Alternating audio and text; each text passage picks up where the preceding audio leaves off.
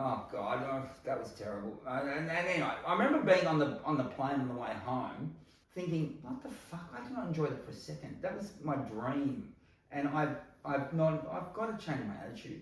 So that attitude of you're already a winner would fluctuate, go from.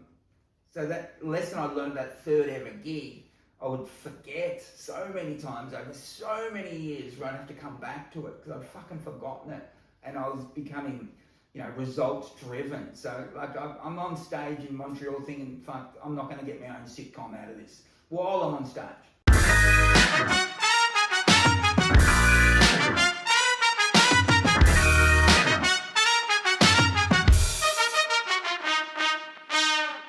Welcome to the Funny in Failure podcast, a podcast that celebrates failure and shines the light on the emotional side of comedy and life with yours truly, Michael Kahan.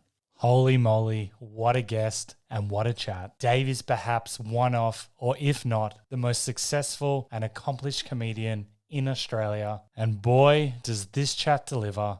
Dave has a really unique viewpoint or outlook on life, which has transformed over time. And it was great to dive in and take some of that wisdom. This was truly a thrill. Dave has so many wonderful stories and learnings. Dave's also currently on tour. Check out his shows in the episode notes. He'll also be performing at the Melbourne International Comedy Festival. Check it out before they sell out. Anyway, I hope you get as much out of this chat as I have. Okay, cool. Let's get into it. Dave Hughes is one of Australia's biggest and best stand-up comedians. His fellow comedians call him the GOAT, a household name who's made sharp wit and larrikin charm his trademark. Hughesy is universally recognised by those in the industry as the comedian's comedian. His career exploded in 1998 with a legendary debut on Hey Hey It's Saturday. From there, he became a breakout star on the Glasshouse, co-founded the iconic Before the Game, delivered by the unforgettable Hughesy Loses It segments on Rove Live, and was a key pillar in the launch of The Project in 2009, which he was there for 5 years. He's also hosted Australia's Got Talent, produced and starred in Hughesy, We Have a Problem, and was the only judge to complete all 5 seasons on Masked Singer Australia. And in 2025, Dave appeared on I'm a Celebrity, Get Me Out of Here, Taskmaster Australia, and Talkin Bout Your Generation. His life and comedy were also featured on Australia's Story, the most viewed episode of 2025. While Dave has accomplished a lot on TV, he also simultaneously conquered radio, from launching Nova's 100s breakfast show in 2001, which ruled the ratings for 13 years, to his national drive show and 2-day FM breakfast stint. He's been a ratings powerhouse for over 2 decades. Through it all, stand-up remains his true love. He's travelled the world performing, and in 2025, Australians voted Dave the second most popular comedian and radio host in the nation, remarkable for someone who's been in the business for almost 30 years. So as you can imagine, we dive deep and we cover a lot, and we chat about his radical mindset shift, Wayne Dyer and mindset, worries and letting go, his many jobs before being a comedian and being fired as a dishwasher, ego, giving up alcohol, radio and ratings, newfound view of success, being on the dole, trending on Twitter, plus so much more. Before we get into this epic chat, I'd love it if you would share the podcast around, like, comment, and subscribe. It really helps grow the podcast and ensures I can lock in amazing guests like this one. Okay, cool. Thanks so much. Let's get into it.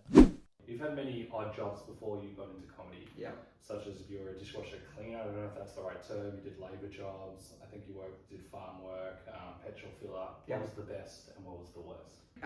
Look, any job which gets you tired is a good job. So I did some manual labour jobs, which meant I was exhausted at the end of the day. So I actually, I'm genuinely jealous of people who have to work physically hard to make money because they're exercising. They're being paid to exercise and to sleep well. So there's nothing like the satisfaction of lying in bed exhausted because you've had a hard physical day of work and you're so tired, nothing can get in your brain to keep you awake. So all physical jobs are good in a way. I know that people's bodies break down and eventually they have to stop and maybe they have to retire too early. But the hardest job I ever did was when I was working in Perth. I would turn up every morning I had started doing stand-up comedy in Perth in 1993. Nice. So 93, so we're 33 years ago, and there was a Centrelink, not Centrelink, it was a job centre back then, didn't it? The word Centrelink hadn't been Hasn't been made yet. hadn't been adopted or hadn't been created. So a job centre, which is a slash partly where you get your dole from, but partly I think where you can get a job. So maybe they'll combine it. Anyway, so you turn up there at 7 o'clock in the morning or 6 o'clock in the morning, sit there and wait for someone to call you, and you'd get a job. And the jobs would be, it's like, a bit like Airtasker. But like any job. Any job. You've got to go, do you want to, and you didn't have to do it obviously, but you've got a day, they're digging bores these days. Digging bores, which is like, bores to get water out of the ground. In Perth, it's the sand, it's a sandy base in Perth, so you don't really need machines to get down to the water level. You can do it manually. Okay. I think in other parts of Australia, like Melbourne, it's a clay base or whatever, so it's harder to get down to the water, but in Perth you can do it with hands. Oh. And so I turned up to some suburb in Perth, and there's a bloke there, and he goes, "We're digging a bore." No, I didn't know what that meant. What it meant was we're spinning some sort of drill with our hands until we get down to the water. And so I started like turning this pipe, which would go down and drill in, just with my hands. Oh. And my hands blistered up quite quickly. And so, but I stuck at it, got through to the end of the day, and I was left there with both hands just basically Decapitated. Yeah, covered in blood. And that was my day's work. I remember that was the hardest work I've ever done. How long did you last doing that, or was it just a one-off? I think that's a 1 day thing. It might have been 2 days, but I think it might have been 1 day. But yeah, I got to the end of the day and we got the water. So I actually did what I had to do. So that was but that was really up to date. So yeah, I've had a lot of physically hard jobs which haven't lasted very long, but I do know what it's like to work hard. No, well, you work hard on what you do now as well. What was the one you did with sheeps? I worked in an abattoir. So I quit a uni degree. My first uni degree was information technology. Yeah. That was in 1989. So if you know the history of the internet, it really started in 1990. And that was the first year that Swinburne offered information technology as a degree, and you got a scholarship to do it. So yeah, so everyone or just you? No, there was the course was a scholarship was attached to the course. So and you sort of had to do placements at companies like in information technology. So that was part of it. So yeah, I remember going to a tobacco company and just walking through as a early placement and just everyone smoking cigarettes, and we love tobacco and good on you. Fair tobacco's great. But and that was it was one of my placements, but I didn't last very long. I couldn't be bothered with coding. I was like so boring. I'm like, I can't focus here. I mean, and eventually only recently I realised I looked at the way my schooling went, and it was a classic ADHD experience of if you're slightly intelligent, you can get through high school, but you can't get through uni because you can't focus. And I was a bit like that. I quit really quickly and went and worked in an abattoir.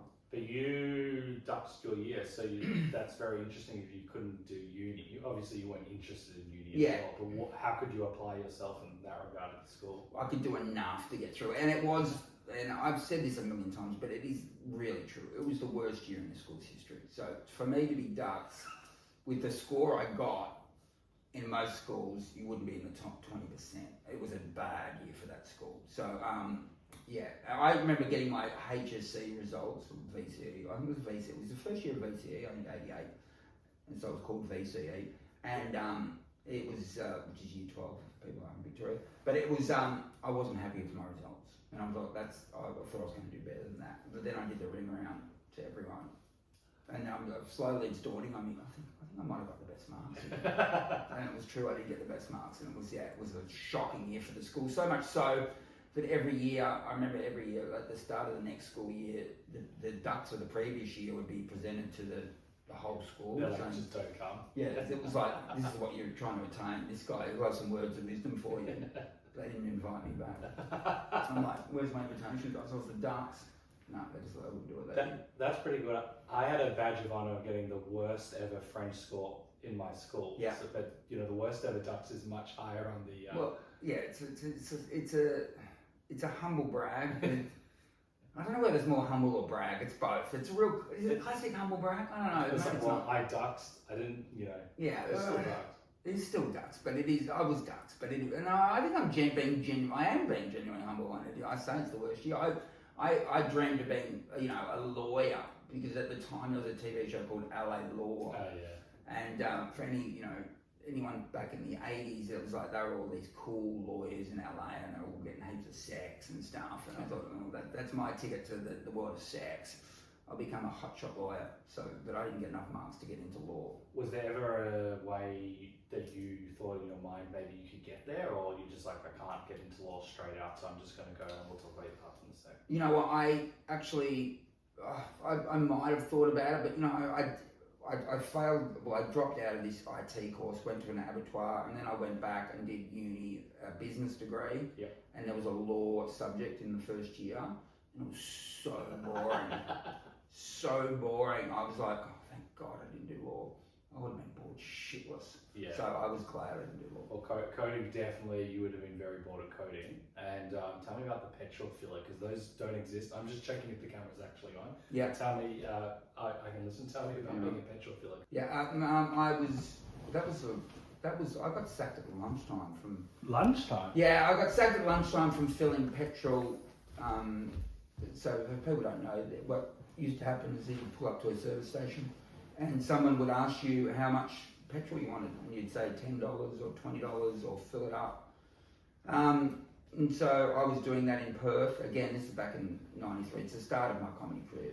Again, it was jobs that I got from the Centrelink, or whatever it's called. Yeah. So, but I was trying really hard, and I'd ask people, "Do you want me to clean your windscreen?"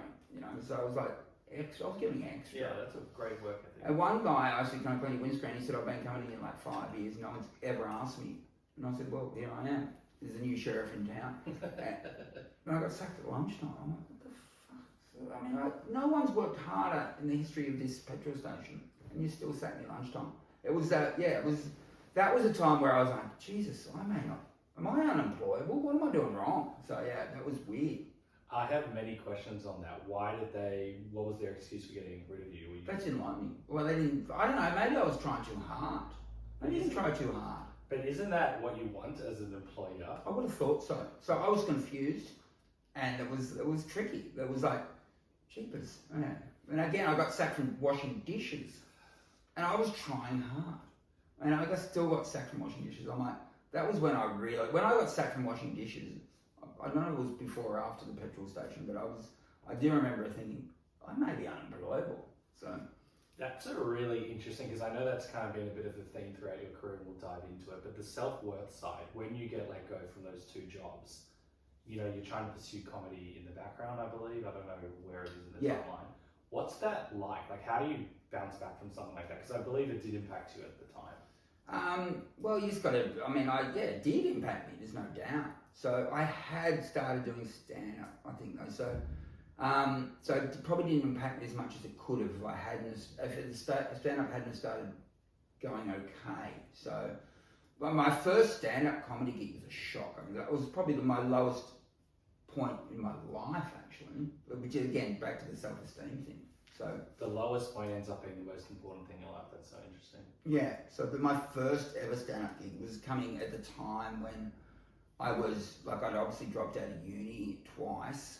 I was started doing these odd jobs, which I was being sacked from them. But none of that mattered because I was a stand-up comedian in my brain, and that's all I want to do. And so I'm on stage the first night. I actually had a stand-up comedy club, and no one laughs at my first joke.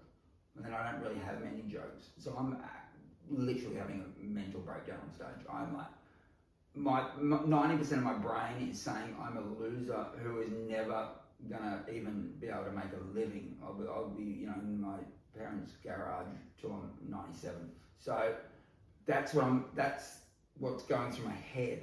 While you're on stage? While I'm on stage and there's 60 people maybe looking at me, and I'm properly melting down. And I'm sort of angry at them for not laughing almost, but then what's going on here? This guy's got problems. And so that was crazy. That was the lowest I've ever felt, I reckon, in my life. What's so crazy is, they've heard the resume and we'll talk about the stuff that you've done. What's so crazy is that you got back on very quickly afterwards.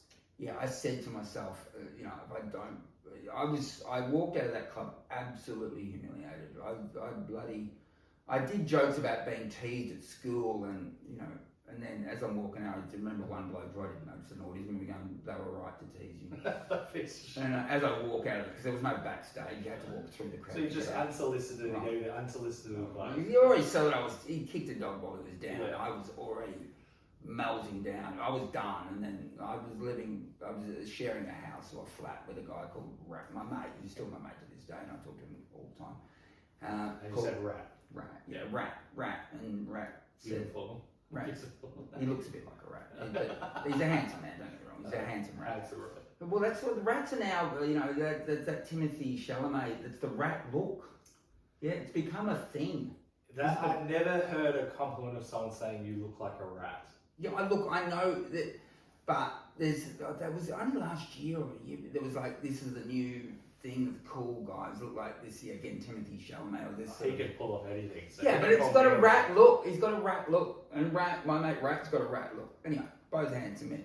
Let's not worry about it. But I got back to this flat, and Rat's a bricklayer actually, and he said, "How'd you go?" I said, "Not very good." And he goes, "Well, do you know why?" And I said, "Not really." He goes, "I do." I said, "Well, tell me." He said, "You're not funny." So that was the support system I had. Why it's called Rat. That was the support system I had, and when my mum found out what I was doing, she's like, "Oh, God, he's lost his mind. What's he doing over there? Go back to university. You're crazy." So it was stressful. But I thought if I don't go back the next week, because it was a Wednesday night, they used to do this comedy show. They did Wednesday comedy. It was a very small scene in Perth. Yep. But they would have open micers, and then they would have professionals later on in the night. So I thought, if I don't go back next week, I'll never do it again. So I walked back on that stage the next week. So.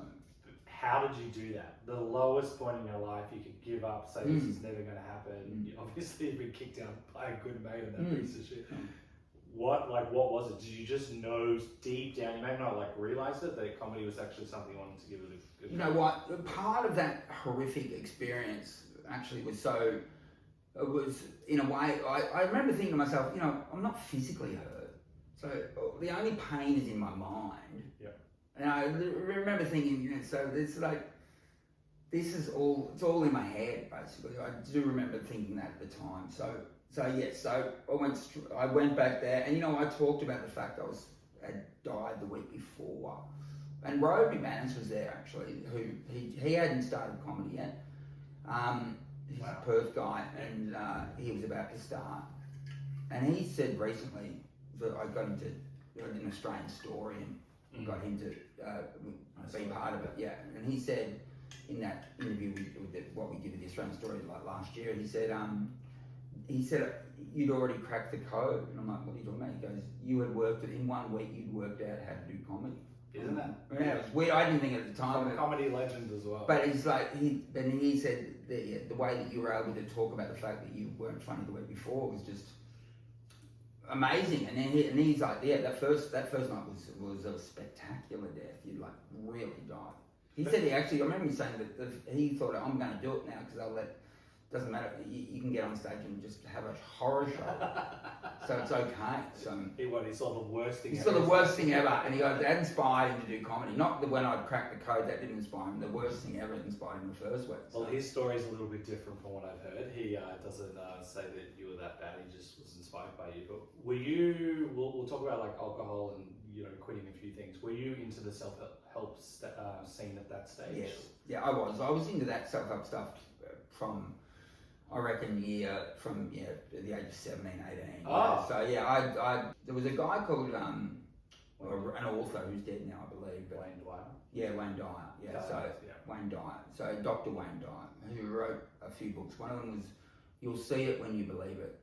So it's that the mind. It's the power of the mind. So it was always the power of the mind for me. I used to say to my mates at school, if my mind was right, I could beat Boris Becker at tennis, and they'd still mock me to this day for saying it.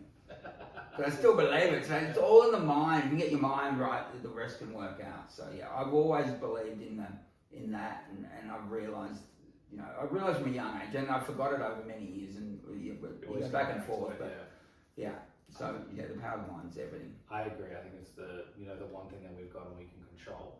Do you think that helped you from that first gig to the second gig? Because obviously there's a lot going on in your mind, your self-worth and all that stuff. Did you apply any of the teachings or just remember it or anything? Oh, look, I can't remember what I did, but I do. Yeah, probably did. I would for always seeking for wisdom basically and I would hang out in the self-help section of bookstores, and I didn't have the money to buy any of the books, but I would just read while I was in there. How does a 17, 18-year-old in Warrnambool, find that? That blows my mind. But I don't know. I can't remember how I found it, to be honest. I don't know where it came from or what got me into it, but it must have been something deep inside me that realised that it was, that we had more power than we gave ourselves credit for, I suppose. Yeah. That's awesome. I'm surprised it made its way all the way there. It became a very big scene. It is still a big scene. And then, I don't know if it was your third gig where things started to click for you and you're like, I'm actually a winner. You had a profound realization. I did. There was, I stopped after I did that second gig, which I left the stage with my dignity. I certainly didn't blow the room away, but I left solid. I was like, I'm in control here. But I stopped for maybe, I didn't go back to that club for at least a month, might have been 2 months, possibly 3, probably not 3, probably 2 months, but maybe less, I can't remember. But there was an ad in the West Australian newspaper, and I used to look for ads. I used to look for work, so I'd be looking at the job section of the West Australian newspaper, and it said new comedians required. And I thought, well, you know what, I'm a new comedian, I should ring this number. So I rang the number, and I didn't know when I rang, but it was the same club. And so I spoke to someone who said, I remember you. So it must have been a little while, because he said, I remember you. So it must have been at least a month or 2. Oh, you were that good. He said, you weren't that bad. Yeah. That's what he said. And I said, oh, thanks. He goes, you should come back and have another go.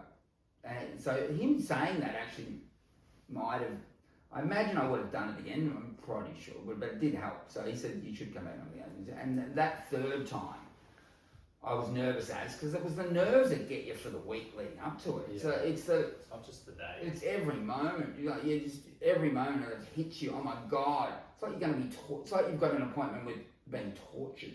It's like you're playing Russian roulette. Oh, I've got to play Russian roulette on Saturday. Or Wednesday. I've got to. Oh God! That barrel's going to spin on Wednesday, and I might be torn limb from limb. It's like the mental anguish is ridiculous in the early days of stand-up comedy. But so he said come back, and so I booked a gig in with him. And as I walked on stage that night, I've said this a million times, but it is true. As I'm walking on stage, I just had an epiphany that said, doesn't matter what happens, you're a winner for just doing this. That's amazing. And that relaxed me so much that again, the third gig is where I just cracked the code. In my mind, I've got it. I'm right. I was right when I was 12, lying in bed thinking I'd be a comedian. Here I am at 22. I was right. And they laughed so hard. In my mind, maybe they didn't, but in my mind they laughed so hard that the opposite from that first gig of just wanting to kill myself, that third gig, I just basically floated out of that club. Wow. I just remember walking down those stairs on such a high, because I was like, I was right to know, I was right, I do know what I want to do with my life. This is it for me. And that was the moment in 1993 that I just knew there was no other way for me, and I will make this my life. That's amazing. And did you start doing stand-up more regularly? Yeah, I would do it whenever I could. So from that moment on, I would try to get into that same club as often as I could. I would take any other opportunities to do stand-up wherever I was. I remember once, a few times I became a comedian attached to a band called the Hard Marshmallows, where they would play just music, and they had some fans. I'm not saying that, I don't know if they were anywhere, but they had some people who would come and watch them, and I don't know why they let me do it, but I would have a tambourine on stage. I've got no rhythm and I can't keep a beat, but I'd have a tambourine on stage and try to dance. I'm the worst dancer in the world, but when they were in between songs, I would do jokes. and it would make some of the crowd so angry. I remember one guy just wanted to bash me because I was doing jokes. He's like, "Oh, mate, just relax, it's okay." But he was like, some people were taking they were taking my role on the hard marshmallows to heart, and they weren't enjoying it. So that was wild. That was wild. Once I did there was another ad, a folk band wanted a comedian to come touring with them. So I agreed. They didn't know who I was. So I rang up some comedian. And they said, right. So I went in the tour bus with this folk band. They didn't know your stand-up. They didn't know your personality. Didn't know it at all. Just get in the van. Get in the van. And we're at, I remember being in Lake Grace, Lake Grace is, I don't know, it's a few hours from Perth and it's the middle of nowhere. It's so remote. Once you get out of Perth, it's just nothing. And I'm in this country town in a pub on a Saturday night, and it was like a rough pub. And it's like the folk band, it's okay if you're a band because you can just, like, people can talk and you can sing and no one really gives a shit. So when you're a comedian, you can't do that. So they would do they'd do a bracket to, I remember doing a bracket to this group of, just drunks, not even watching, they're just in the pub on a Saturday night.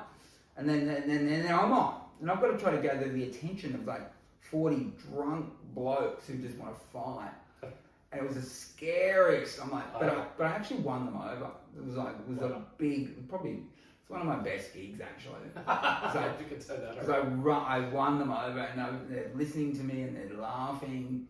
I've got their respect to a degree, and it was a situation where I thought I could die that night. So literally, I thought they're going to bash me, but they didn't. So that was very early on. But I would do anything to get on stage, no matter what it was.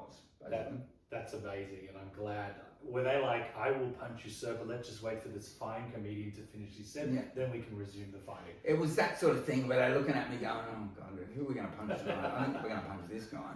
But then I know, he's actually making some reasonable points up there. He's not a bad bloke. Hey, that's quite funny. Anyway, and then, so not, that was, they didn't bash me. And they all became teachers. Is that when you bought the purple, when did you buy the purple Toyota Corolla? No, the Corolla, I bought a Corolla, that was my first sign of success. Yeah. The Corolla didn't come for years later.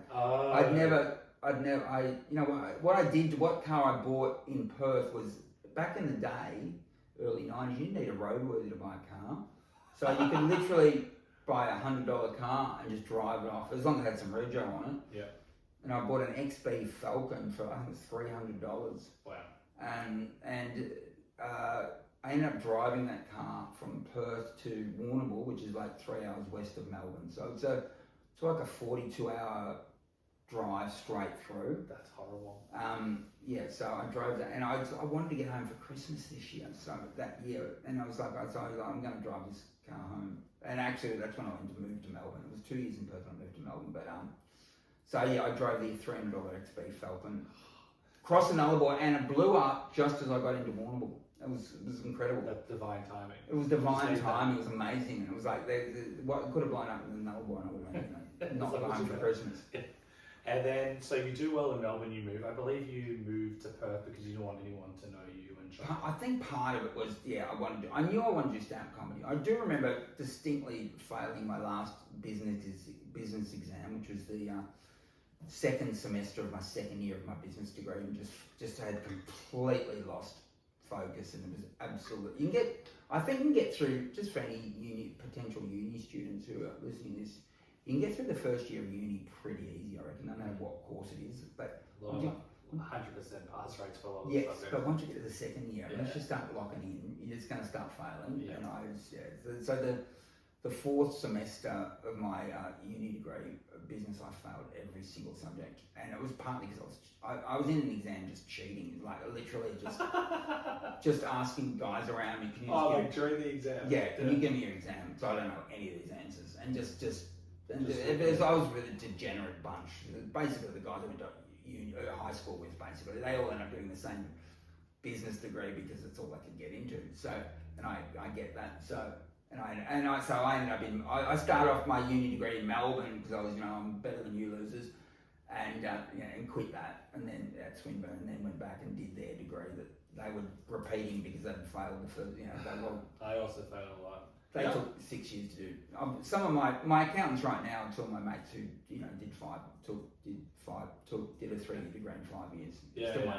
I was I was an accountant. I failed a fair few subjects as well. You know what I once saw at uni? One guy brought in the exam paper with the answers, just stuck it next to him while he's doing. It was a mid-semester exam, and he's just copying it. And then they catch him, obviously, because it's very easy. And they go, "Is this yours?" He goes, "Nah, never seen it before." So then they called in other people when I was listening. I was just at the back. They couldn't prove it was his, even though he was stealing from it. So they just said, "Look, we don't want to. Can you just redo the exam on the spot?" So he didn't get expelled or anything. He just said, "It's not mine." Is that not the stupidest thing I've ever seen in my life? Genius by that guy to figure that on the spot. He's gonna go. I like that. So I think they were definitely watching me. And I think it's partly why I failed everything. So I think partly I failed. I didn't think I was going to fail every single subject. When I remember looking at the list of, the only way to get to know whether you passed or failed, you had to drive out to the uni and then look on they'd put it up on the wall. They wouldn't even let you know. No, they put it up on the wall. So you had to go there and look at it on the wall. And N was fail. And it was like, I think 5 subjects, N. Oh, fuck, that's every subject. No, I'm in trouble. And I had to write a letter to stay, and I couldn't be bothered writing. You couldn't even do that. I'm like, I'm out. And my mum's like, she came around, because we were in the share house at the time. She's like, you're smoking too much marijuana, aren't you? And I'm like, yeah, probably. And so when do you decide, because you've spoken about this a lot, so I won't bore you, you stopped drinking. I know it was in your family, but you had a realization that it wasn't going to be for you. Yeah. But then shortly after you also stopped weed and cigarettes. That would have been really... Yeah, no, that was, so the end of that uni degree where I failed everything was 91, and then so 92, I was still in my hometown, and I was playing football. I wanted to be an AFL footballer, to be honest, and so I was getting. You were pretty good. I got $100 a game to play for a team called Mortlake, that was out. They were like Mortlake, a very small town outside Warner. Warner was 30,000 people. Mortlake would be like 2,000 maybe, if that. But there's some really good footballers came from there. But and that was in a good league, and it was a better league than what I had been playing in. So I got $100 a game to play for Mortlake. But I was so depressed at the time, and it was like I wasn't playing well, and I ended up in the reserves, and they didn't pay me $100 in the reserves, and I got told I was the worst recruit in the history of the club. It's terrible. Good to hear that. So I went back to my old team, and we ended up winning the premiership, which I hadn't. We'd lost the premiership the grand final the year before. So it was, in a way, it was good because I got to play premiership with my mates, and even though I wasn't, my pathway to the AFL was probably meant that it wasn't going to happen. But but I was drinking way too much, and I would always get way too drunk, and that happened. That was from the age of like 14 or 15. I'd always get absolutely slaughtered every time I drank. And so we won the grand final. I went on a bender with a mate, and we were like another bender, and it was like at the end of that bender, I thought, no, I don't want to do this anymore, and I stopped drinking. This was the age of 21. I stopped drinking. Wow. I was gonna stop till Christmas Eve. It was in probably November, so it was like 6 weeks of not drinking. And so I got to Christmas Eve, and I hadn't had a drink for 6 weeks. I've done it, and I'm like, I was about to start drinking again on Christmas Eve because it was a big night drinking for me and my mates. And then I thought, no, I'm just gonna be like I was before. No, fuck it, I'm not gonna drink anymore. So I stopped then, and I haven't had an alcoholic drink since then. So yeah, that's crazy, especially in your industry where it's everywhere. Yeah, I've said this a million times, but I don't reckon I would have had the balls or the mental fortitude to start and continue stand-up comedy with its ups and downs if I had kept drinking. Because I think it was, I don't reckon it was not good for my mental strength. Yeah. And not drinking, I took the power back. You took the power back when you decide not to do something like that. It's like you have to be in control of your moods. So you're taking the control of your moods. You're not allowing a substance or any outside thing to control your mood. You have to decide whether you're happy or not. But also, given you were doing it so much, and given that it was in your family as well, that can be really tough. And you just stopped like that. You broke the cycle. That's pretty. Yeah, it was weird for everyone. Just me not drinking was weird. But you know what? People got accustomed to it pretty quickly. My mates especially, who I used to be the one who'd go, "Oh, you're not drinking. What's wrong with you? You don't want us. You're better than us, are you?" Or you're like. And it was like, if someone wasn't drinking, you hated them. You didn't hate them, but you'd want them to drink so they could join your crazy party. Yeah. You know? So, and when they didn't, it was annoying. So, from the guy from the guy who was always trying to get other people to drink to the one who said no, not drinking at all, it was pretty weird for everyone. But they you don't drink, is it? Yeah, right. And I probably stopped a few years after, but I only started it was just like once every Saturday for me. Long story short, it just that clarity that you're talking about, it was just impacted me too much. Physically, I'd probably take me 3 days at least. I wasn't the same. I stopped, and what you said with friends as well. People make your comments, but now everyone's like, oh, they don't really. It was a big deal at the time actually, but then now everyone doesn't care. Yeah, it was partly it was you realise what's that? It doesn't matter what anyone else thinks because they're not thinking about you anyway. So if they are, it's fleeting. So do what makes you happy. And if drinking makes you unhappy, stop it. Agreed, and I love that you've done that, especially with family stuff as well. That's tough. You mentioned that you stopped weed and cigarettes a little bit afterwards? No, it was beforehand. So I stopped. So I'd stopped cigarettes and weed before that. Before drinking. Drinking was the last thing I stopped. That's crazy. That blows my mind. That's when people start all this stuff at you. Really. Yeah, I know. So it was it was full on. But cigarettes just make you fucking sick. Yeah. I mean, cigarettes, you never when you smoke. I mean, I got hooked on vaping at the age of 50, so I know the joy of nicotine. So I've gone back to it. So, and to be honest with marijuana, I now occasionally have the marijuana gummies, which I had when I was I had a shoulder injury. So it's not like I'm completely, But it was the lifestyle before. The lifestyle beforehand, I was very paranoid. I got marijuana can make it doesn't always, but it can make you really paranoid. Yeah, and, some friends. My mother actually, I said, I think I might have schizophrenia to my mother once, and she goes, let's go to a doctor, and the doctor said, you're smoking weed, and I said, yeah, you're going to stop that. And I did, and there was immediately, that was, I didn't have schizophrenia. I'm really glad that you bring that up, because that's happened with a few friends. It doesn't obviously happen to most people, but I've seen profound impacts when people have stopped.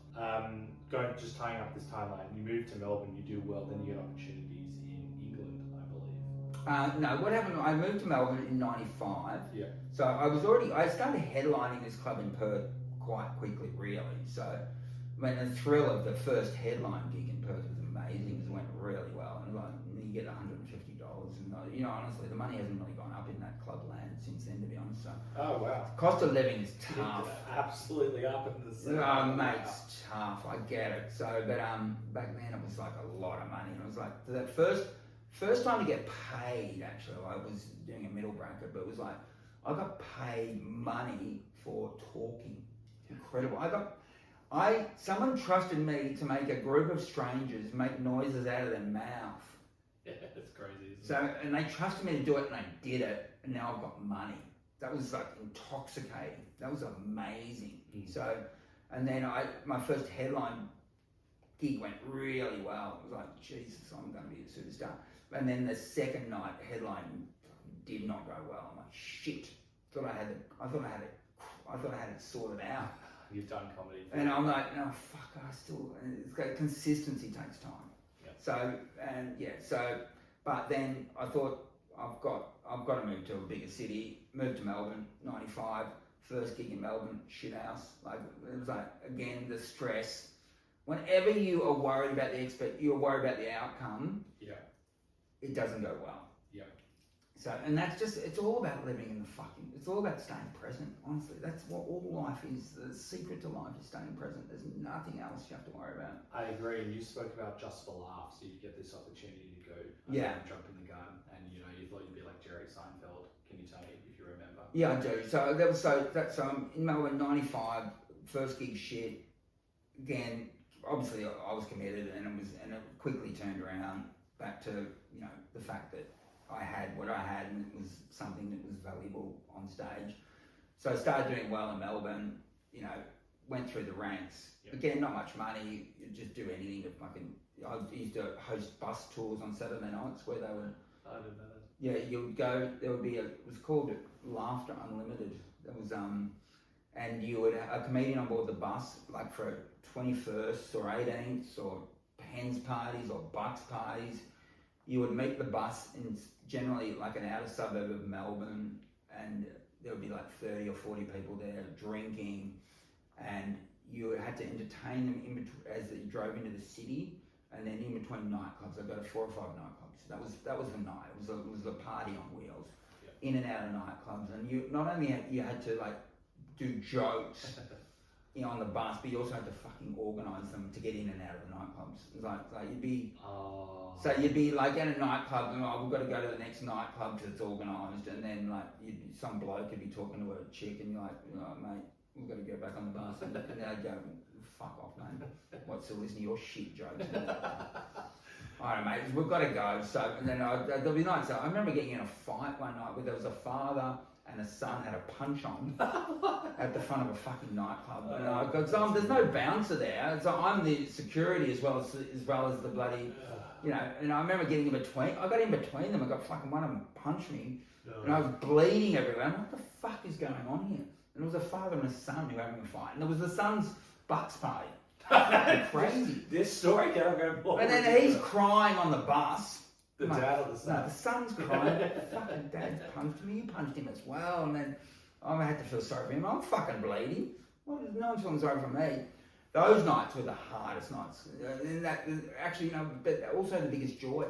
When you're driving home from like Diamond Creek and you survived, like at 2 o'clock in the morning, you got your $200 or whatever, would you help you pay your rent? You're like, fuck, I've done it. I'm a hero. So it was like coming back from war. So anyway, but I ended up getting through everything to make a living in Melbourne as a comedian. I got on a bit of TV. There was actually the talking about failure. Like, mate, I tried to do Red Faces, which is it was huge. Yeah. So Red Faces was a part of a TV show called Hey It's Saturday, and it was the most popular part of the show according to the ratings, apparently, where they would have amateur acts, and there would be a gong, and if you lasted more than 30 seconds, you were lucky, and then you'd have 3 celebrities basically critiquing your act and giving you scores out of 10, and they were looking for people to get 0 basically. So, but then someone would be a hero every act. There was always one actor that whatever. So it was and I auditioned to get on it. I was already a professional comedian. I was already being paid to be a comedian, but in the audition process, I didn't get. They just fucking got nothing. So I didn't get asked back. I'm like, fuck's sake, can't even become a joke act on it. And then I went back and did another audition, and I wore moccasins because I'm talking about being on the dole, which is my early comedy. Some of my routines were being about unemployed, and so I wore moccasins to this next. What are moccasins? Moccasins, they're like. They're like slippers. They're like fluffy slippers. Okay. I think the Native Americans, I think they may have invented the moccasin, I believe. I'm not really sure, but I got them from an op shop. That was $2 or whatever, but it was a fucking effort. Now, I remember the guy who was doing the auditions. It was just me and him in the room, and he was like looking at a clipboard. And I'm like, mate, can you look at me? I'm doing his act. He's you'll be right. He's still looking at his clipboard, and he got the security guard to walk me out of the building because he thought I was going to bash him. Anyway, but then I didn't get on Red Faces, but they employed me as a professional comedian not long after. So I did an actual spot on the show, which is the most nervous I've ever been in my entire life. This is the show that I've grown up watching, and here I am. I'm on it, and the nation is going to stop for 3 minutes to watch me be funny. Like, I knew everyone at Warner, my hometown, would be watching. I was never been so fucking nervous my entire life. And it went well. And it was like, I kicked it. It went very well. Yeah, it did. I mean, I'm bragging here, but they had a 50-year anniversary of that TV show, and the only stand-up bit they showed was my spot from that first time. Yeah, how crazy. So it's the only spot, and they had many fucking world-famous comedians on that show over, decades, and the only spot they showed in full was me, first time on TV, talking about being in the doll. Yeah. And it stood the test of time. It was still funny. I got messages when it was on. People were like messaging me, this was only a few years ago, messaging me going, fuck, that's hilarious. That was my first I saw it. Was great. stand up. And I remember I thought they'd made it now. I remember walking, I was still on the doll at the time. I remember walking into the Centrelink office probably a week later, thinking I would get, carried in on, I thinking I'd give me a standing ovation because I was so funny and, here I am, but no one ever gave a shit. Anyway, so we're jumping around here, but that's fine. Yeah, so that was the Montreal thing was 1999, my first time at the Montreal Comedy Festival, which is an international comedy festival, and it's a dream for comedians to go there because you've got to get invited. And I did not enjoy it at all. It was like, I put too much pressure on myself. I was also breaking up with a girlfriend at the time, and we'd broken up before the trip, but she begged me that she'd never been overseas, and I fucking let her come with me. We should not have let her come with me. Oh, it that's was terrible. Yeah. Because she was like, fuck, I remember in New York and I did stand up somewhere, it hadn't gone well, and fuck, we're sitting in some other club and she was flirting with some other bloke. No way. While you're on stage? Not on stage, but afterwards. It was like, oh fuck, this is fucked. What are we doing? We shouldn't be here.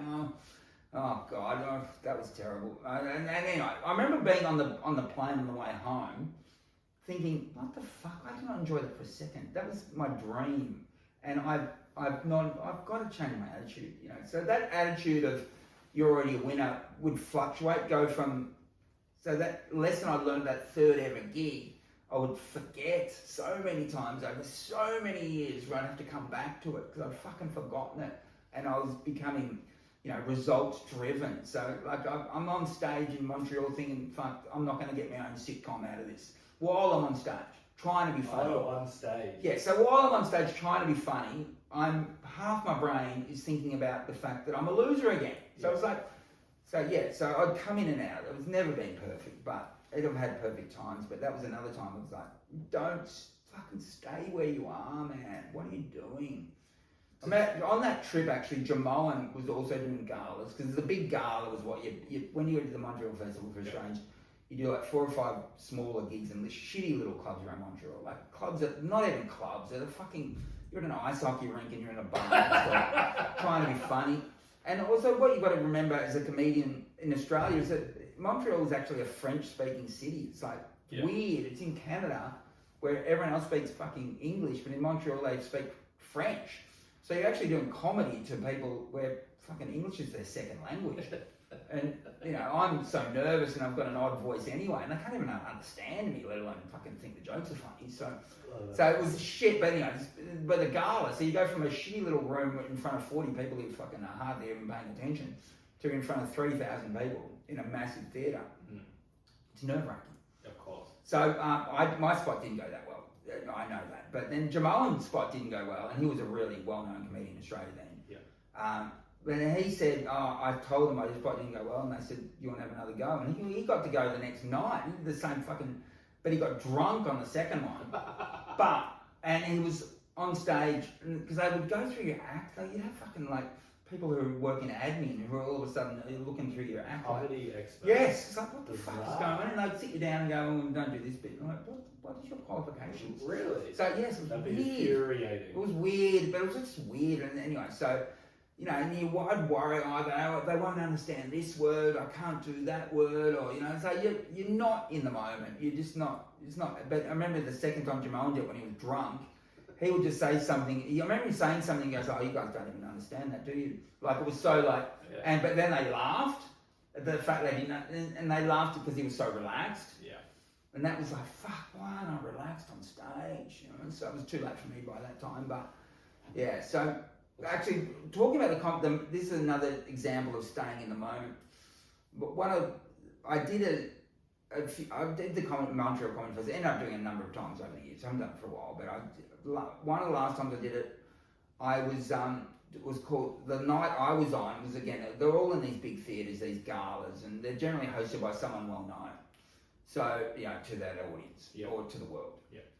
This night was called the Comedy All Stars. So there was there was no one person well known, but most of them were known enough.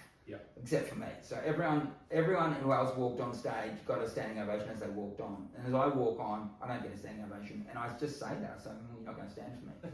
It wasn't in the script because it fucking happened in the moment. And they laughed hard.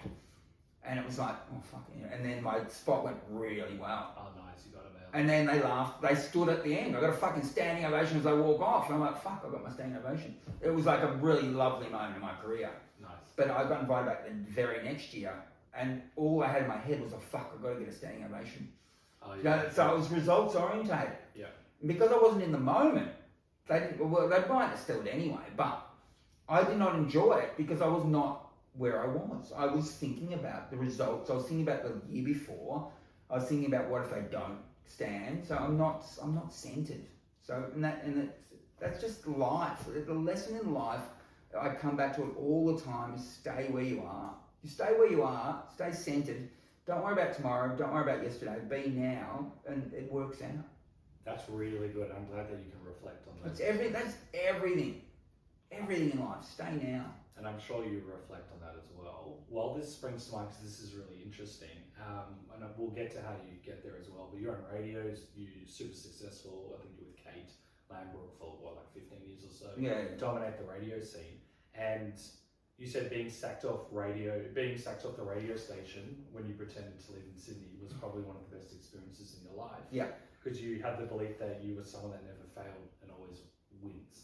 Yeah, well, I was worried about failure all that time. So, like, for 20 years, close to probably around 20 years, maybe longer, that every 6 weeks you get a radio ratings, and it was weird because you didn't know.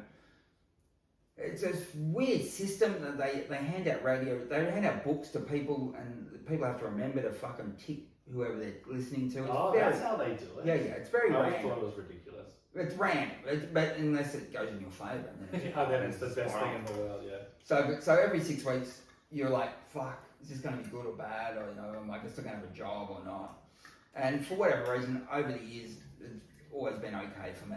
So, not always great, by the way. So, I mean, we went to number 1 straight away on Nova when it started in Melbourne. Wow. So we were number 1, and you very quickly think you're the fucking ants pants, So, and then after that, then number 2 was failure, So, and I failed a lot. I was number 2 a lot. We were number 2. So number 2, if you weren't number 1. Well, in my mind, I was a failure. Yeah. So, because there you go. And so, yeah, I mean, Fox at the time would go number 1 and we'd be number 2. But my ego would always be, we're the best anyway, fuck it. But I'd still be annoyed at not being number 1. So, but obviously number 2, you still keep your job, and I was well paid for many, many years. Yeah. But then I ended up in Sydney, and the station I was in Sydney had been fucking down low for a long time. But I'm like, I can lift this, it's me they were missing. Yeah. And I was up there for almost 4 years, and the ratings weren't great. They weren't, they were bad. They weren't diabolical. Bad really. by your standards, or not by the station standards, because the station's been slow for so fucking long. But there was a lot of money spent on advertising, poorly, I believe. But there's so many reasons. For whatever reason, it didn't, and it still hasn't worked. It's just whatever reason. It's just that station is fucking just Sydney have decided they just fucking won't listen. En masse won't listen to it. I don't know why, but anyway. So, and I was one of many shows that have not cracked that code. Yep. But then eventually the day came and we got fucking sacked. We ridiculously, like in August, when we could have at least gone to the end of the year. It was like, what the fuck? Why now? It was anyway, whatever. The fucking program really wanted to make a point, which is he got sacked as well. So anyway, but then he's back at another station, so I'd be careful what I say. Yeah. Fuck. He was a great guy, right? Mate, I can't wait to work with him again. Look, he gave me a job, so it's like, he signed a lot of contracts for me, and I made a lot of fucking money, so I'm not, anti him. It's all whatever. Good luck to him. Good luck to everyone. And I might work with him again. So, but anyway, so right, you're off air. Like, do you want to go back on air tomorrow to say goodbye? I said, not really, no. I always hate those goodbyes. It's embarrassing. I'm not going to cry on air because I've lost my job. It's embarrassing. So to do that, but anyway, so I thought it would be the worst thing, and it'd be but something I was scared of happening for 20 years happened. Yeah. And within probably 2 days, I realised that it was all an illusion and it didn't matter. Wow, that quick? Yeah, it was quick. It was like, what the fuck? There's nothing to be scared of. No one's thinking about you. And the funny thing is, and so it ended up becoming a liberating thing in my life. Wow. I stopped worrying what people think of me because they don't think of me. So that was, So, and you know what? Funny thing on that topic was that there was a survey done recently, apparently an extensive survey, which said that I'm the second most popular person on radio. I haven't been on radio for fucking 2 years almost. That's pretty. It doesn't matter. Nothing's too deep, and you've got nothing to lose. So me worrying about my status after getting sacked has apparently led to the majority of people liking me more on radio, and I'm not even on radio. So. Isn't that amazing? Because I know you've had a big shift, and you've alluded to you cared what people thought about you, and there was self-talk that we've spoken about, and you said wisdom often comes from failure. If I could go back in time, I would have a different mindset and not be focused on wanting to be the most popular. Yes. And now look what's happened number two. I know, but also it's just the amount of time I've spent worrying about what people think of me. Like I remember going to my 10-year school reunion, thinking, oh God, everyone's going to think I'm a hero now, so I'm famous. And even there, I wasn't unpopular at school. I just wasn't, I wasn't popular with the girls, that's for sure. But I wasn't certainly not romantically. But it was that, now they're all going to be all over me, and they weren't. I'm like, fuck, it annoyed me. I'm married, but I'll take my room. I had a girlfriend at the time, but that was the girl. I remember my beautiful girlfriend who ended up by breaking up with in Montreal. Actually, on the way, it's a quick aside. The girl that we'd broken up, went to Montreal. We weren't having a great time. On the flight home, she looked at me and goes, "You want to break up with me again, don't you?" And I said, "No, we're going to be together forever." when we landed in Melbourne, I said, "Yeah, no, you're right. I'm going to break up. We're breaking up." Oh, so did you get back together? We got back together when we were overseas, which is a terrible idea. Like we had sex in New York or somewhere. I don't know. It was bad. It was a stupid idea. But because we were like fighting so much, it was like you can. At that point, it's like you see how couples kill each other in relationships. Fucking crazy relationships where. Yeah, so it's not always the guy's fault either way, by the way. So sometimes girls are so fucking crazy that they just want the chaos. They want the chaos. And you've got to try to, when you're with someone who wants the chaos, you've got to try to get out of there. Yeah. Because they'll suck you in and you end up fucking being in a crazy place you don't want to be. Breaking up on a plane. Breaking up on a plane, which is like, thank fuck we landed. But anyway, she was, going out with a guy from work in about a month after that. So I'm sure she had her eye on him before that. Yeah. No, that's wild. And just back to the radio, we'll have to talk about like your relationship with Kate and how you thrive in radio in another chat. But were you able to enjoy being on radio if you're always looking at the ratings and how you perceive? Look, I was, I mean, it was for every day was a torture. I was, I did, a large part of me has always known how ridiculous life is. So I've always been able to find the humour in life. So just this other part of me, which is this ego fucking maniac who, just wants the shrine of the legend of Dave Hughes to grow on a day-by-day basis and not be questioned by anyone ever. Yeah. So I mean, another thing that actually, social media is actually, and the amount of flack I've copped over the years has led me to realising that thoughts don't matter. And it's actually, so bathing in negativity is like an ice bath of negativity, and you get out and go, fuck, hang on, I'm okay. So it's not... so it's worked for you. Worked for you. Yeah. So I'm really anti people trying to never be criticised or never be in a place where they can be criticised. Yeah. Because I think it leads you to being criticised leads to resilience, and it's partly I know that the under 16 ban or whatever of social media and young people taking comments to heart end up self-harming. So I think we're going about it the wrong way. Yeah, same. I'm all about, with my kids, teaching them self-responsibility. I say no one, you are completely in control of your life. And with that, I mean, I'm not talking about your outer life, because that's an illusion. Your inner life is your whole life. And you are completely in control of your inner life. Agreed. And it's not possible for anyone else to be in control of it. You're in control of it.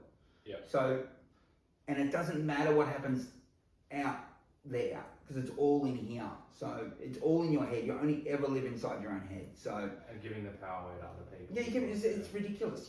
But you're not even giving it away. You think you are, but you're not. Yeah. You're deciding you decide your mood. So anyway, I'm big on that. It's where people are mean on the internet, and I used to be like that. I used to go, oh God, I can't believe they're so mean on the internet. They should be in jail for things they've said about me.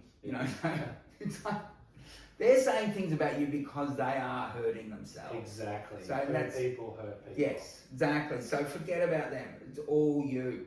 Just stay inside your head. I love that. I've got two things, and also like the people that respect you aren't going to go and attack you online, but also online. This is really interesting to me. I think it was the footy show. You were trending on the footy show because of geek. First time, yeah. So that's when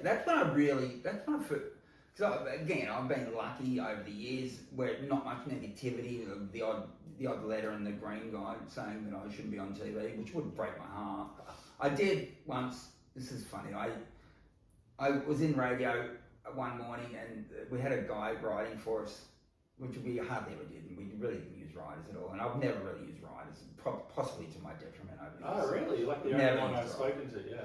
Ever in my life, I just not used writers, and I've done my own TV show, no writers. I've Like done, Hughesy the other problem, yeah, no, right? never writers. Whoa, okay, good. I've never used writers, Yeah. so ever. Opened the Logies a number of times. Oh, it was all you? All me. Yeah. Oh, wow. Everything. Yeah. The whole lot. So Nice. always has been. But and again, is it ego or whatever it is, and if you use writers and it works, good luck to you. So I just never have. But anyway, that's an aside to this story. This guy was doing a bit of writing for us and it didn't work out probably because I just didn't want to use writers. But he came in one day and he goes, "Oh, what about what they said about you in the Green Guide today?" And I'm like, "What the fuck did they say? I haven't even seen the Green Guide. Is it Thursday?" Which is when the TV guide would come out in the newspaper. And then I looked for the Green Guide in the Age newspaper and it wasn't there. So we haven't got it's not here. And what I didn't realise is that our producer had seen what had been written and taken it down so that I wouldn't have a bad day. Wow. So that's again ego, fucking bullshit. And I'm like, don't hide what they said from me. Where is it? And so they brought it to me, and it was someone said it was a letter writer from Machuca or somewhere. Eric from Machuca and said that Dave Hughes is shit. I hate him on TV or whatever. He should never. He's not funny. Whatever. It was just an awful thing to say, but it was like fucking ruined my life. And ridiculous. I remember at the time, the next week, no one had written a rebuttal. Like, a letter to the editor, someone says something, the next week someone says, well, that person last week was wrong, they are funny. Yeah. No one had said that about it. I'm like, fuck the fucking... I actually got my wife, who was my girlfriend at the time, she was a journo at the Herald Sun at the time, but I got her to fucking come up with a fake email address and write a letter defending me, which got printed. No way. Did. Yeah, Oh, wow. it did. That's how your greatest accomplishment. Yeah, it got printed. We weren't allowed to. Oh, fuck, I should find that. You have to frame that. That's... I know, we lost it, but it was like, yes, it was a nice letter. I was like, what is it? Someone likes me. It was like, fucking, my actual girlfriend, I think I'd written a letter. And I'm glad you married her after that. Yeah, so, what were we at before that? You were saying like trending on Twitter, right? Oh, yes, so I went to the footy show before the game, which was an AFL show I did for 10 years. Yeah. On Channel 10, that finished up. I was actually finished up. I was part of finishing that up because at the end of 2013, I'd been doing the TV show The Project for almost 5 years. Sorry, just to add to that because we got into that questions as well. That's like one of the biggest shows we had, and news shows, and added comedy and news, and it was a game-changing show, very popular at the time. Well, it started off. It was again a risky thing to do, and it was every night, and it's like it was comedies. Yeah, it was trying to get some humour in the news. Anyway, I was doing breakfast radio at the same time, so I'm working breakfast radio hours like up at 4:30, and then doing that till like 10 a.m. maybe, and then going over and doing a TV show, which was on air at 7 p.m. So yeah. Was that before the game? No, before the game the project started at 7. It was the 7 p.m. project when it started. Yeah. And they moved it to 6:30 to double the length of it, which became an hour, so it became the project. But it was a 7 p.m. project when it started. It was half an hour. But and I was doing the before the game the AFL show on the Saturday night. So all day Saturday I'm in a TV studio doing an AFL show. So I'm working a lot. I'm still doing stand-up comedy. We had 3 children in those 4 or 5 years. So we've got 3 little kids at home. Got down to 2013. I'm like, fuck, I just want a break. And so I don't blame you. I don't know how you said. Quit them all at the same time. And but partly though, I mean, if the money truck hadn't been backed up, probably I wouldn't have. So, you know what I mean. So partly they're like, fuck yeah, let's get rid of him. So that I went 2014, I toured a lot, went overseas with the family. We did stuff in Montreal and London and a bit of America as well. But so got back, and then I went back on radio. Me and Kate did a drive show on another network, which is drive. I love drive radio, by the way, because it's like doing a podcast because you're not tired and it's like 2 hours. And so that was great. And then I ended up on the Footy Show, which is not a different show to the show I was on, the TV. It was again a footy related show, but I got so much flack when I started that show. But is that because of you had Sam Newman on? Is that when they let go of was that the transition phase? No, well, Trevor Marmalade, who was a comedian on the show, he quit or been sacked. I don't know what happened, but he'd been sacked. But anyway, I'm not saying it was the right thing to do, but that was like 3 or 4 years before that. So they had no comedian on the show for at least 3 years, maybe 4 years, or maybe 5 years. So it was quite.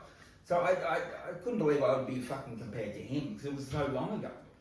So I did stand-up comedy on my first spot on the show, and it was like I had just done a gala for the Melbourne Comedy Fest, which had gone really well the night before with sort of newish material. Oh, nice. So I felt like quite bulletproof. Yep. So I thought, oh fuck, I'm in the zone. So I'd go and do stand-up comedy on the Footy Show, and I'd done a James Hird joke, who was a legend Essendon footballer who was the coach and then they had a drug scandal and they'd been kicked. Are you okay with dogs? Yeah, I'm fine. I've got a dog. Come on. They'd been kicked out of the league for the rest of the finals. Anyway, I did this joke and it didn't work, and I was like, fuck. And I'm on stage, I'm dying on the Footy Show. I'm getting paid really big money, and all the fucking panel know I'm getting really good money. I don't know how the fuck they knew, but whatever. So they're looking at me, wanting me to fucking go. They probably didn't want me there anyway. So you know what I mean? So partly they're like, this new guy's taking all our money. Now he's looking at him, he's not even fucking getting a laugh. Oh, it's fucking horrendous. And then I was trending, and then Shane Crawford said, "You're trending on Twitter." He's another footballer. Lovely guy, but I'm like, fuck, all right. And the trending wasn't good. It was bad trending. And how did you move forward? I remember Sam Newman rang me. I really like Sam Newman, so I'm not an anti-Sam guy, but... he was great on the podcast. Yeah, he's great. No, I'm a fan. Always have been. But he has his moments, but everyone does. But he rang me and he said, "Oh, don't worry about what they're saying about you." I'm like, "What the fuck are they saying?" Anyway, well, I did that the next week when I was on the show. So I sort of talked again. It was back to my first gig. I talked about how that it hadn't gone well the week before, and I got back in and I was getting laughs. But it was very the audience there. Certainly the vocal ones online were fucking crazy. It's like Jesus. Anyway, so I did that for 3 or 4 years or whatever, and it was fine. Yeah. But yeah, that was a taste of that negativity, basically, which I hadn't realised that was out there about me, to be honest, till that time. And now you've flipped the switch. I'll ask one question before I ask about your show. How has fulfillment now changed over time? I know it sounds like, this sounds, I don't know, soppy or whatever, but honestly I've realised it doesn't matter. It's all bullshit. There's nothing to be gained. There's nothing to be achieved. I say this to my kids all the time, and they tell me to shut up all the time. The only victory in life is realising how lucky we are to be conscious. Life is an unbelievable trip that no one really, maybe some people know the answers and maybe they do, but nothing's confirmed. It is incredible to be alive. And all you have to do in life is realise that, and that everything else is noise. The only thing you have to do is realise how amazing life is, and that's all you have to do. And that's only success in life is that. That's such a nice journey, given what we said at the start, and then coming to that realization. That's very beautiful. That's beautiful. In your new show, I think it's called Cooked. Are you currently touring that at the moment, or is that for the comedy festival? No, I'm very fluid with my stand-up. But I played the AFL Legends game last August and broke 5 ribs and punctured my lung because Shane Crawford, my mate from the Footy Show, had told his group of 30 legend footballers who were not Victorian that, you know, he didn't care what happened out there. In his pre-match speech, he said, I don't care what happens out there as long as that guy doesn't want to play this game again. And my name is the only name on his whiteboard. So it was a joke, and I get that. And Yeah, so it's like borderline. They smashed you up. yeah, so but it was. Look, I had my ribs broken early in the game, which I didn't realise I was broken. I knew I was fucking sore, but I didn't realise I was broken. But I had 5 ribs broken and a punctured lung. So at the age of 54, I'm playing in a game with all these ex-AFL legends, and I'm the only one who's getting tackled hard. So it was fucking crazy. That's bullying. It was crazy. It was crazy, but again, I'm like, you know, I wanted to kick a goal, and I stayed out there even though I knew I was really sick. I stayed on the field, and I kicked a goal in front of 30,000 people, and they fucking saw me. Because I wanted to be an AFL legend. Yeah. And so they saw that this guy could, you know, anyway, so I was in hospital for a few days, and it was like, a little punctured lung was an issue, and anyway, whatever.